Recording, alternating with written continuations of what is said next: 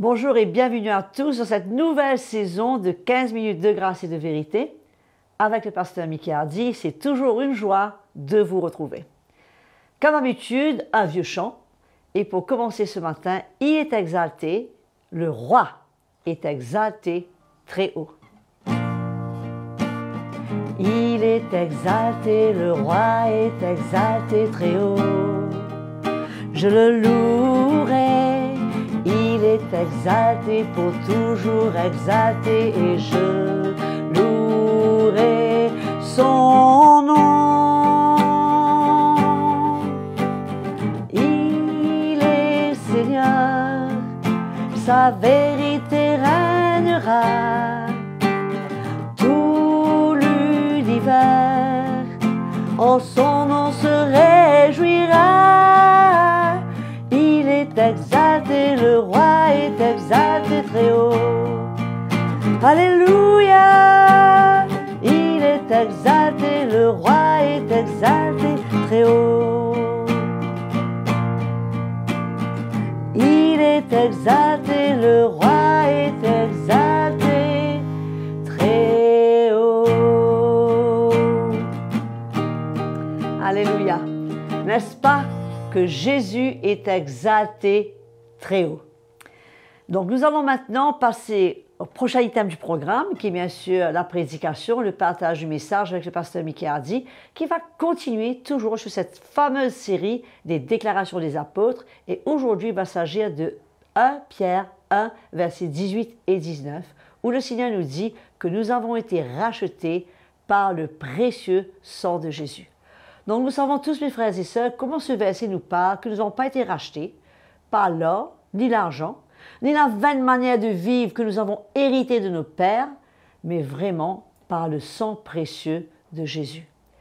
Donc on se souvient comment, avant de connaître le Seigneur, nous avons toujours tenté de faire des bonnes œuvres pour apaiser notre conscience, pour croire que c'était le moyen de plaire à Dieu, mais finalement nous allons découvrir que ce n'est rien de tout ça, que ce qui compte devant le Seigneur, c'est ce qui s'est passé à la croix. Donc sans plus tarder, nous accueillons le pasteur Mickey Hardy. Bonjour à tous et bienvenue sur notre programme 15 minutes de grâce et de vérité. C'est une joie de vous revoir et pour cette nouvelle saison. Et bien sûr, avant de commencer, nous remercions Audrey pour ce chant de louange que nous apprécions de plus en plus. Alors, nous voilà de retour et c'est une joie encore, je répète, de pouvoir vous partager l'Évangile, partager mon cœur et en même temps voir les déclarations des premiers apôtres, ceux qui ont été présents à l'ouverture de la première Église, ainsi que l'apôtre Paul. Nous voyons toutes ces épîtres dans le Nouveau Testament. Et je pense que de plus en plus, nous avons besoin de prendre de l'attention avec ces paroles, ces déclarations des apôtres, car elles sont importantes et c'est la direction du Seigneur pour nous, c'est la révélation du Saint-Esprit dans le cœur de ces hommes qui ont écrit pour nous ce que nous pouvons aujourd'hui bénéficier. Donc nous allons aujourd'hui ouvrir notre Bible dans l'épître de Pierre. La première épître de Pierre au chapitre 1er. Nous allons lire deux versets. Le verset 18 et 19. Vous savez que ce n'est pas par des choses périssables, par de l'argent ou de l'or, que vous avez été rachetés de la vaine manière de vivre que vous aviez hérité de vos pères. Mais c'est par le sang précieux de Christ, comme d'un agneau, sans défaut et sans tache. Donc nous voyons ici qu'on ne peut pas être sauvé, ni recevoir le pardon de nos péchés par de l'argent ou de l'or. On ne peut pas échanger notre salut par de l'argent, par des richesses, par des choses matérielles. Et l'apôtre Pierre ici est très clair. Au fait, si vous vous rappelez, quand Pierre et Jean ont passé devant le temple, ils ont dit à cet homme paralysé, « Je n'ai ni argent ni or, mais ce que j'ai, je te le donne. Au nom de Jésus-Christ de Nazareth, lève-toi et marche. » Donc non seulement notre salut, non seulement tout ce que nous pouvons recevoir de la part du Seigneur, ce n'est pas au moyen de l'argent, ni de l'or, ni des choses de la terre, ni des choses matérielles. Amen. Nous recevons tout de la part de Dieu par grâce, par la foi. Amen. Donc, l'apôtre Pierre ici rappelle aux Juifs chrétiens que on n'est pas sauvé par de l'or ou de l'argent, mais par le précieux sang de Jésus-Christ, versé à la croix comme un agneau, sans défaut et sans tache. C'est très important de comprendre le salut au moyen du sang de Jésus-Christ. C'est vrai qu'on parle souvent de la repentance, bien sûr, comme l'apôtre Pierre lui-même a dit dans son premier sermon à ces Juifs qui voulaient savoir comment être sauvés, il a dit « repentez-vous, repentez-vous et recevez le pardon de vos péchés. » Oui, c'est vrai, on parle souvent du pardon, mais nous devons aussi comprendre que Jésus avait besoin de verser son sang. Cela nous ramène au temps du peuple d'Israël dans l'Ancien Testament, quand le peuple d'Israël avait besoin de, tous les ans, emmener un sacrifice, emmener un animal, et nous savons que avant que l'animal soit égorgé et que le sang soit versé, il y avait comme une imposition des mains sur la tête de l'animal, comme un transfert du péché dans l'animal qui devait être égorgé et dont le sang devait être versé. Donc nous voyons que c'était un moyen, par le sang de l'animal, versé pour couvrir le péché du peuple d'Israël. Tout cela était une image des choses qui allaient venir, qui représentaient bien sûr la venue de Jésus, qui devait être l'agneau de Dieu qui ôte, qui efface le péché du monde. Donc, c'est là que nous voyons ici l'importance du sang de Jésus pour le salut de tous les hommes. Il fallait que Jésus verse son sang pour que par la foi, nous recevions le pardon de nos péchés. Donc le sang avait besoin d'être versé. Il n'y avait pas d'autre moyen pour que nous obtenions le pardon de nos péchés. C'est vrai, nous nous repentons de nos péchés, mais il fallait que le sang soit versé. C'est pourquoi nous voyons dans le livre des Hébreux que quand Jésus avait versé son sang, qu'il fut ressuscité après 3 jours, il est monté vers le Père et il a présenté son sang. C'est ça qui a satisfait Dieu parce que le sacrifice avait été offert, le sang avait été versé pour la rédemption de nos péchés.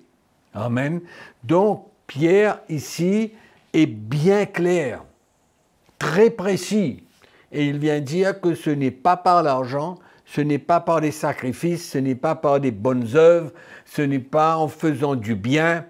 Non, toutes ces choses-là n'ont aucune valeur et n'ont pas de pouvoir pour recevoir le pardon de nos péchés, la rédemption de nos péchés, pour être sauvés et avoir la vie éternelle. Donc il fallait que le sang soit versé, et c'est pourquoi l'apôtre Pierre est clair, nous ne sommes pas sauvés par aucun autre moyen que le sang précieux de Jésus comme un agneau sans défaut et sans tache. Amen. Donc le sang a été versé. Sans effusion de sang, la Bible nous dit, il n'y a pas de pardon. C'est quand l'animal dans l'Ancien Testament avait été égorgé, que le sang avait été emmené dans le lieu très saint par le souverain sacrificateur, que le péché du peuple d'Israël était couvert, tout ce qu'ils avaient fait pendant une année, en emmenant ce sacrifice et le sang présenté à Dieu, c'est ça qui avait couvert le péché du peuple d'Israël. Mais nous savons que Jésus est venu, a versé son sang une fois pour toutes. Donc je vous rappelle que dans l'Ancien Testament, c'était une fois par an, et tous les ans, ça se répétait. Vous pouvez lire ça dans le livre des Hébreux, et bien sûr dans l'Ancien Testament. Mais Jésus, quand il est venu, qu'il a versé son sang une fois pour toutes. Une fois pour toutes. Il n'y a pas eu d'autre sacrifice. Une fois pour toutes, c'est pourquoi Jésus est devenu le souverain sacrificateur. Amen. Le souverain sacrificateur, et en même temps, il est l'agneau de Dieu. Souvenez-vous de Jean-Baptiste, quand il a vu Jésus venir, il a dit « Voici l'agneau de Dieu qui efface les péchés de toute l'humanité. » Qu'est-ce qu'il montrait par là quand il parlait de l'agneau de Dieu? Que Christ devait offrir sa vie et surtout qu'il devait verser son sang. Amen. C'était ça qui était important. Et c'est là que nous avons besoin de vraiment réaliser aujourd'hui que par le sang de Jésus, versé à la croix, que nous pouvons obtenir la vie éternelle, le salut, le pardon de nos péchés, être rachetés. Nous relisons ce verset, il dit « Vous savez bien que ce n'est pas par des choses périssables, des choses de la terre. Non, par de l'argent ou de l'or, mais que vous avez été rachetés de la vaine manière de vivre que vous aviez hérité de vos pères. » Il parle de cette vie avant le salut dans le péché. Mais vous avez été rachetés par le sang précieux de Christ comme d'un agneau, sans défaut et sans tache. Et le verset 20 nous dit « Prédestiné avant la fondation du monde », il était prédestiné avant la fondation du monde. Amen. Donc nous voyons que ce sacrifice de Christ, manifesté il y a 2000 ans, mais avait été prévu depuis avant la fondation du monde. C'est extraordinaire comment Dieu voit toutes choses, connaît toutes choses, organise toutes choses. Et aujourd'hui, c'est important pour nous les chrétiens de reconnaître la puissance du sang de Jésus pour nous pardonner. Et du reste, l'apôtre Jean nous dit que quand nous péchons, nous tombons, nous nous repentons, le sang de Jésus nous purifie, nous nettoie de tout péché. C'est merveilleux. Donc, considérons davantage, de plus en plus, mes frères et sœurs, de la puissance du sang de Jésus-Christ versé à la croix. C'est pourquoi il a été percé dans son côté et que la dernière goutte de sang puisse être versée. Alléluia. Donc, il n'y avait pas aucun autre moyen pour que Christ puisse nous porter le salut au travers de son sacrifice, au travers du sang versé à la croix. Amen. Donc voilà pour aujourd'hui. Je vous retrouve la prochaine fois. Et entre-temps, que la grâce du Seigneur vous accompagne, sans oublier, comme d'habitude, que nous vous aimons. Et oui, mes frères et sœurs, nous voyons que dans l'Ancien Testament, il fallait sacrifier les animaux. Il fallait que ce sang soit versé afin de couvrir le péché du peuple d'Israël, mais seulement pour une année. Mais aujourd'hui, que le sang de Jésus a été versé, nous avons obtenu le pardon de nos péchés. Et nous voulons vraiment être reconnaissants au Seigneur et le servir de tout notre cœur de par ce qu'il a fait pour nous sur la croix. Si vous avez été béni par ce message, je vous encourage de le liker, et surtout aussi ne pas oublier d'activer cette sonnette, de cliquer, de sonner sur cette clochette afin d'activer les notifications et que vous soyez rappelés au bon moment des prochains programmes à venir. Écrivez-nous, partagez vos luttes, vos victoires avec nous, cela nous encourage. Je vous dis donc à très bientôt. Jusque-là, continuez à servir Jésus de tout votre cœur.